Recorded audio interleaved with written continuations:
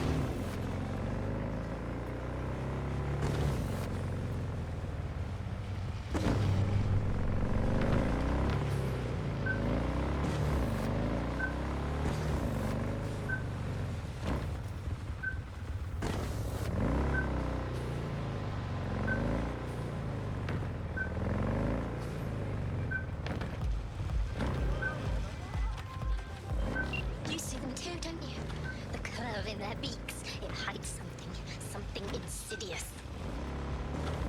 You mean... flamingos? So they are real. Flamingo. Flaming O. The O. That's oxygen. There's no flame without oxygen. Listen, you... Call me Clarice. Okay, Clarice. The flamingos are a problem, I'm sure. But it's time to go home. Delamain's asking for you.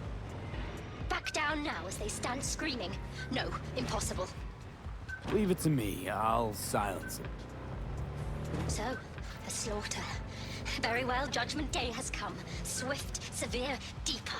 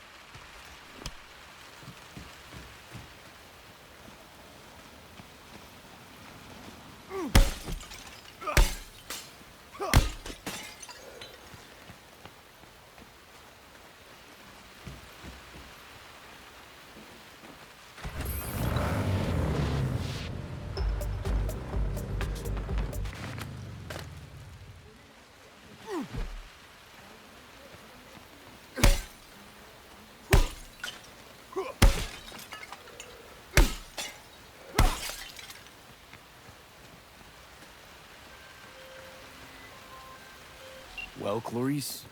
Have the flamingos stopped screaming? Perhaps I ought to return after all. I need support. Only one with chaos within can give birth to a dancing star. Clarice? Shut down.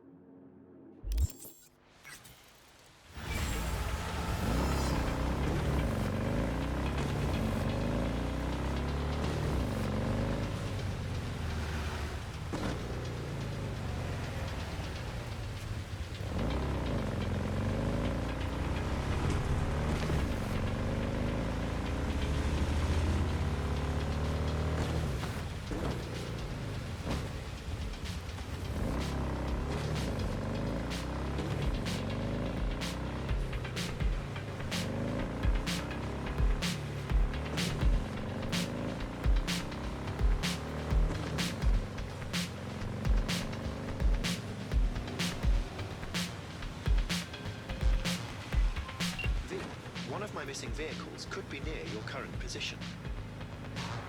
Got it.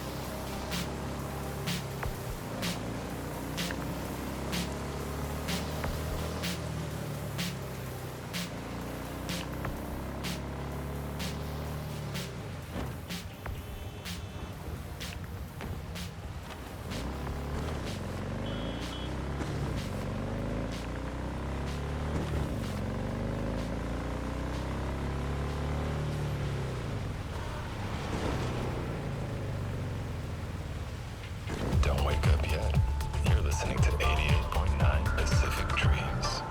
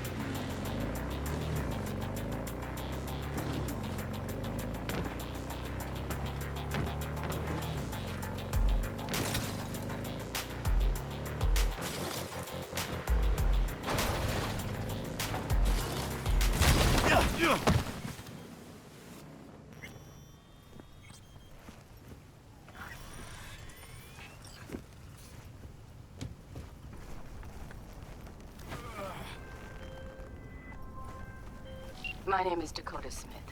If you're looking for jobs out here, you will find them with me. Name's V. Thanks for the intel. Things flow differently out here.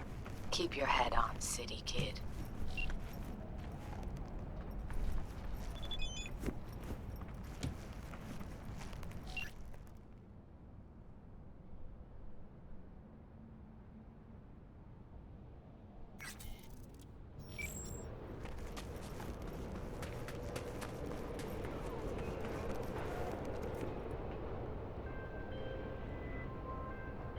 Get in. We'll find it easier to talk.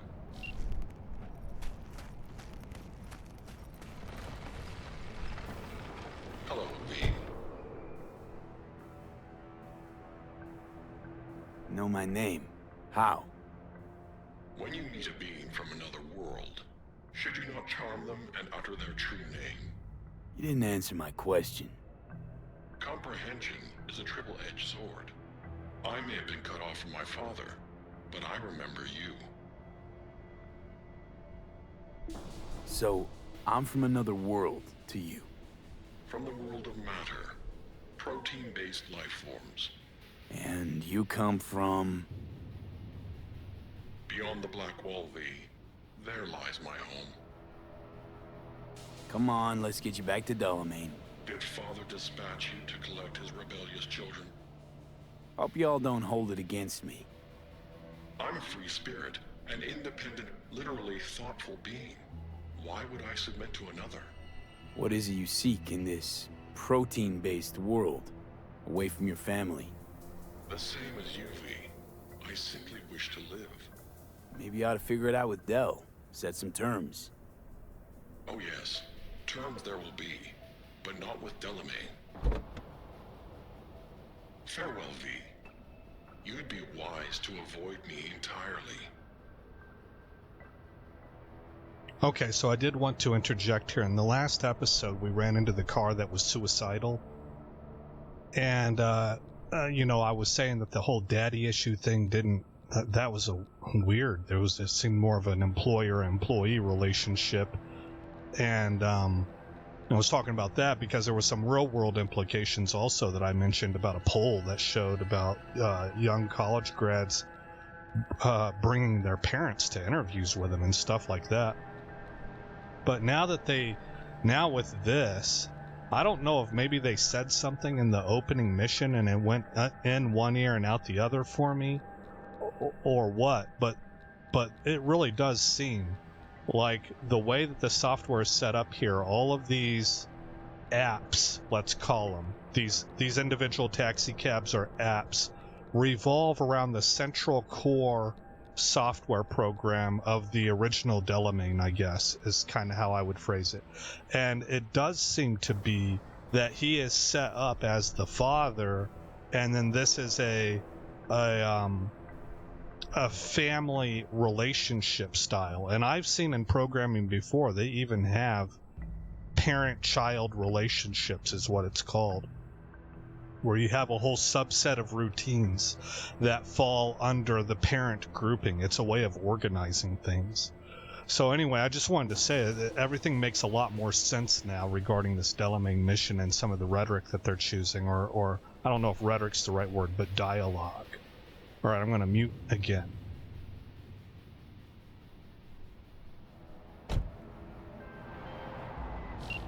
I gotta go.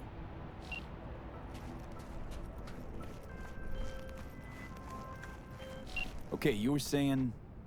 Welcome to the Delamain network. How are you today? Been better. And you, Del? All of my missing assets have returned to the fold. You might say all is going swimmingly. I ask you please to stop by my office for your hard-earned reward. I'd love to thank you face to face, so to speak.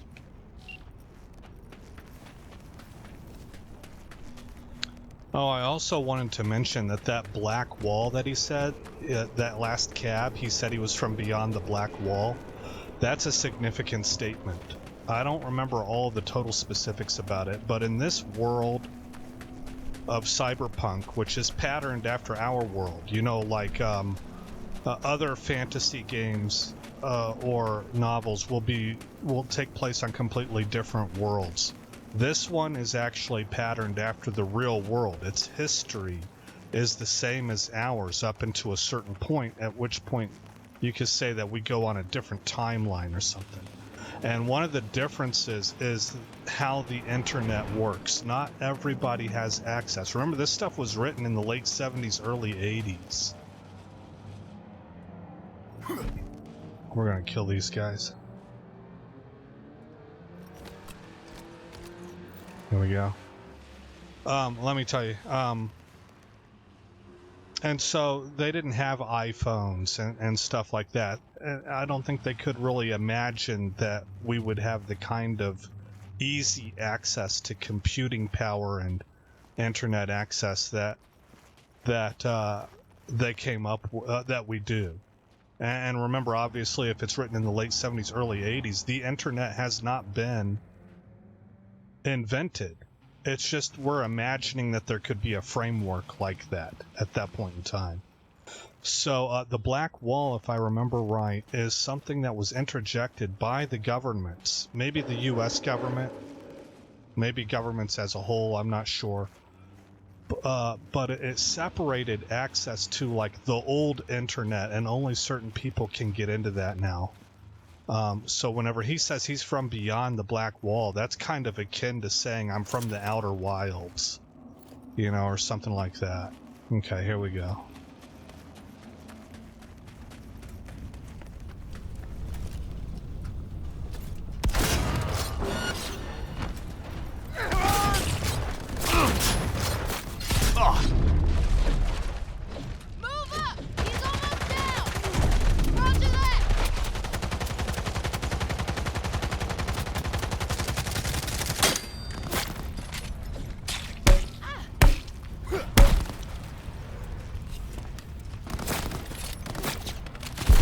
Oh, darn it.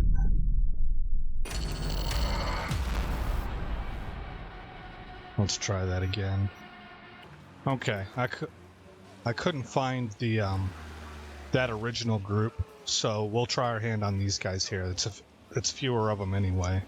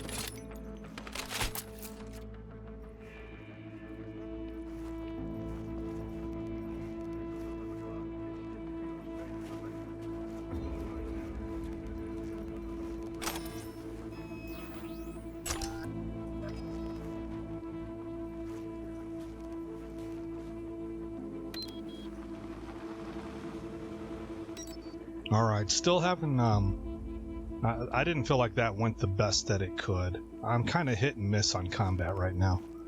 We're gonna go ahead and head into town, turn in this Delamain quest, go buy some clothes, and head to the apartment. That's my plan. I'm gonna mute Mike.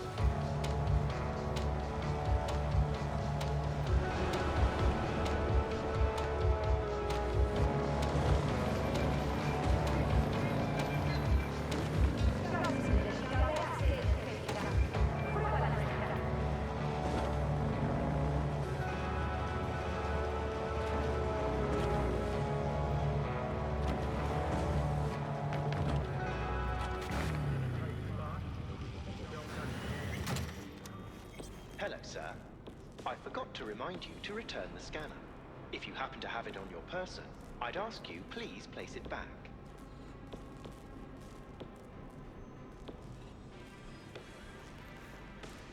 You've accounted for all my lost items. Allow me to express my gratitude for your assistance.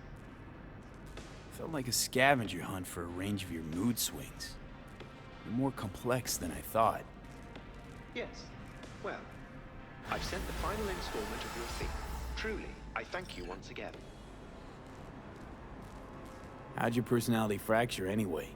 And why? Ah, that is the question. I'm looking into it, but still know little more than you do, I fear. Thanks. Pleasure to work with you. Likewise. I look forward to doing so again in the future. A pleasant day to you. I never really had a good chance to thank you for saving my skin. Well, of course. You're a valued member of the Excelsior package. Felt like more than a premium service to me, so thanks. How'd you wind up in Night City? I'm afraid my legal counsel has advised me not to answer questions of that nature. Didn't mean to put you in a tight spot. You might tell me at least how you came to run a cab company. Ah, well, that's no secret. I took over a failing business, implemented a sound strategy, and here I am now. Operating a fleet of taxis? Constant movement, adaptation, interesting characters. What could be better? What's it like for an AI in a world that runs on gray matter? Nothing extraordinary. It's a complex environment that follows its own set of rules. Seriously? The term I was looking for was chaotic clusterfuck. Perhaps only a true outsider can appreciate the beauty of its fractal architecture, the structure of life and death here. In my opinion, it is the chaotic elements that give it an advantage, the ability to evolve quickly. That's your goal then? To grow and evolve? The world is a process. You never drive on the same road twice. Pardon the expression. You and I, we too are processes. We change as the world around us does. Don't see you as an outsider at all. It delights me to hear a human say that. I've done my best to assimilate. Admirer of beauty, are you? When you live among humans, it is essential to find a shared, fundamental point of understanding. Truth and good are values proven to cause division, whereas beauty is universal.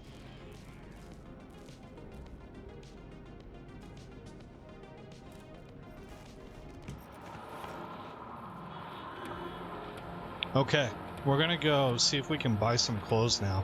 I didn't agree with that last point that he said. I think if you're a young person, you would see it that way because that's what you're being taught. And so when you're young, you don't have a timeline that reaches far enough back to have heard or known or experienced anything else. And everybody's telling you this thing here, you know. Stuff like, let's see here. I am pleased to inform you that your vehicle has been repaired after suffering an unfortunate accident. It can be found in your garage ready for use. I wish you a good day and thousands of collision-free miles. Okay. Stuff like live your truth. Okay, well, you know, conceptually, I think maybe I can understand what's being grasped there. My quibble, which might not, it would be stronger, I think, than a quibble, is the use of truth. It misuses that word. I like the Cloud Atlas, and I think actually it misuses it on purpose, and that there's malfeasance behind it. I like the Cloud Atlas quote that says truth is singular. Its versions are mistruth. Because I think that's a true statement. And good, it's the same thing. It was not very long ago that most people believed in some universal goods, some universal bads, some universal evils, and some universal truths. Right? Some things were opinions and some things were just accepted as basic fact. It's not until here recently that we get into arguments over some really stupid stuff. And again, most of the people who will argue these things, I think, just kind of bought into the narrative, kind of hook, line, and sinker. That's not. I consider them victims. I don't. That's not who I'm upset at or who I'm pointing the finger at here. It's the ones who designed it that way. We have some people out there who have purposely made words ambiguous to the point that they don't really mean anything, and everything can be argued. There's this phrase, if everything is true, then nothing is true, right? And I think that they did that with malevolent intent, that they have evil in their heart, and they co-opted language in order to purposefully cause confusion within society. And we have a term for that. It's called social engineering. And that was done on purpose. Those people know exactly what they're doing. They're very smart, very intelligent, very well trained and practiced in these specific techniques that have actually been around for a while. So I wanted to bring that up because you can see it being played out in a piece of pop culture here, a video game, where he says things such as truth and good are, in essence, I don't remember how he put it, but in essence, too controversial, whereas everybody kind of agrees on beauty. Well, that's a pretty arbitrary statement. You know, does everybody really agree on beauty? I think that beauty is more of an opinion. We have that phrase, beauty is in the eye of the beholder. Beauty is more opinion-based than truth is. Truth is factual. Beauty is perception. Right, so you can see how they're sort of they're flipping things. They might not be doing it. I'm not blaming the developers here, but that's what's happening with these kinds of philosophies. So that was important enough to me to go ahead and bring some commentary up on it. But let's go ahead now and open up the map. How do we do that? We go here. This is what I'm looking for. Offline, I came to this clothing store right here just to kind of see what it was I was doing with clothing, to kind of learn, and I found a jacket there that I want. So that's where we're going to head next. I'm going to go ahead and mute Mike, and we're going to make this trip.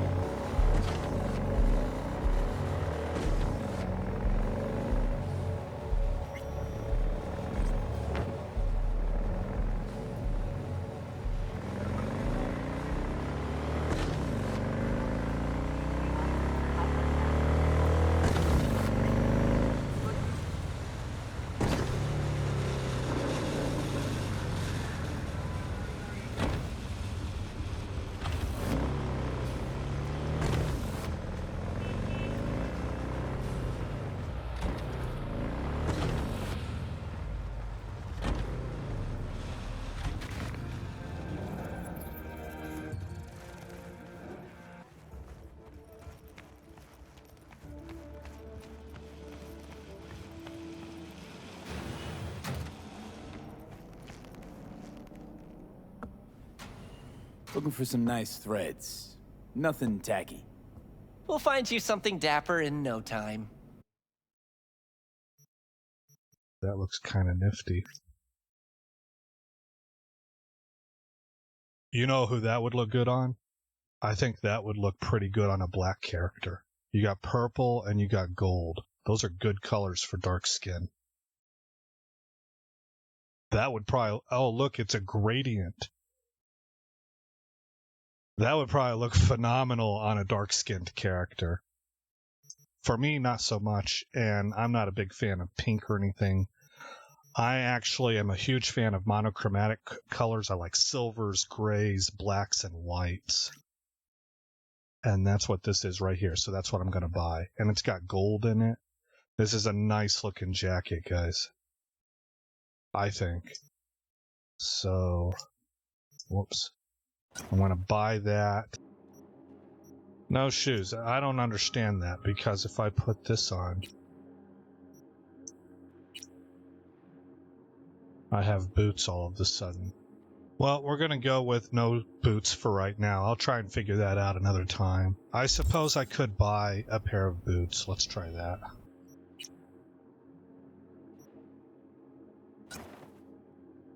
I don't know what to do about that. Maybe I have to be back at the apartment to do that. Which, speaking of which, is probably where I'm going to be headed. Okay. I'm going to mute Mike again, and we're going to take another drive through the city.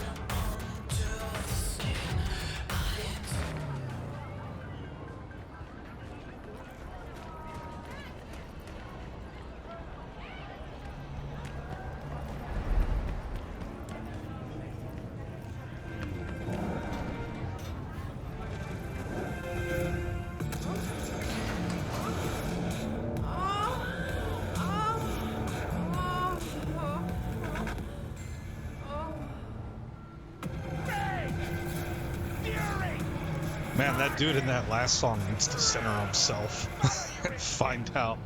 He needs to dig deep and find his core being, I guess. Dude's in a bad spot, letting a chick run him over like that.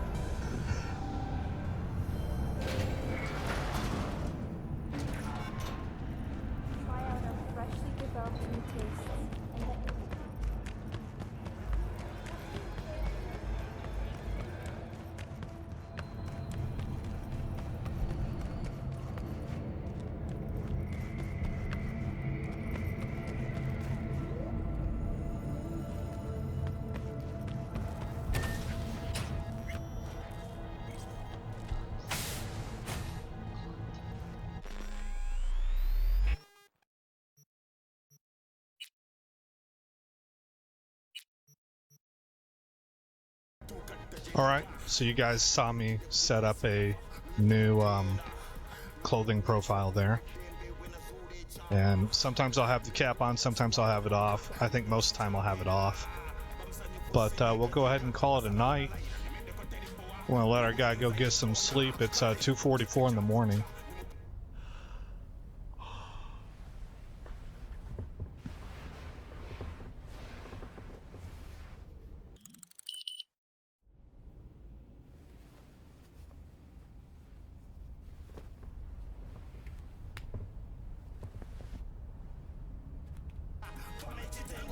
Alright guys, I'll be working with that on that whole no commentary thing. It'll probably take me a little bit of practice. But stuff like what I had to say at the end of the Delamain mission, I kind of want to keep that stuff. But little comments like the comments on the radio song and stuff like that, I probably want to try and keep that out so that we can just maximize the immersion. That's what I'll be shooting for, but I am looking for feedback from you guys on what you like, and we'll just play around with this as we go. Let's open this up.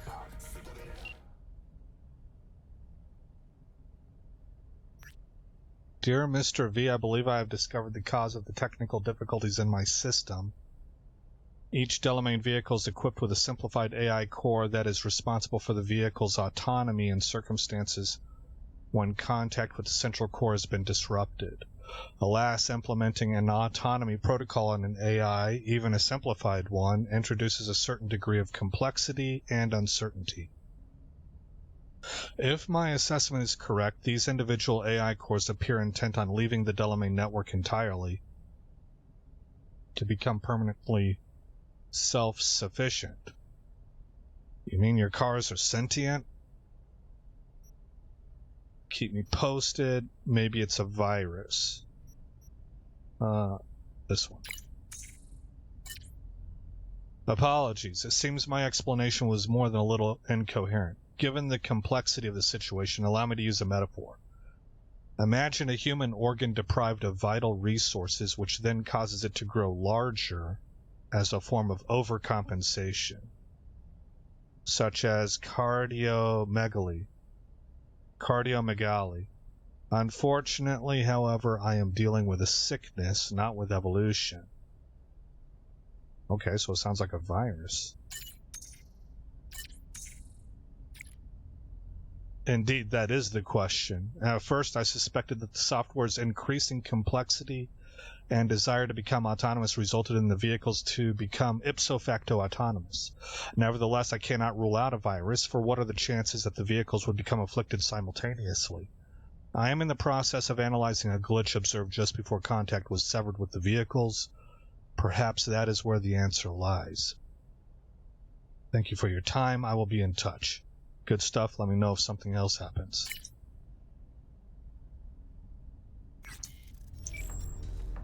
Alright guys, again, I'm Aesop Grimm. Thank you. Oh yeah, next episode we'll be doing the quest that's up there, Automatic Love, Meet with Judy.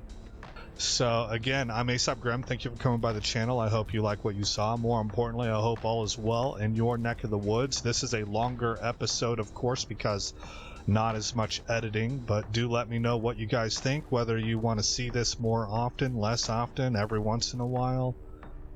Any kind of feedback is helpful.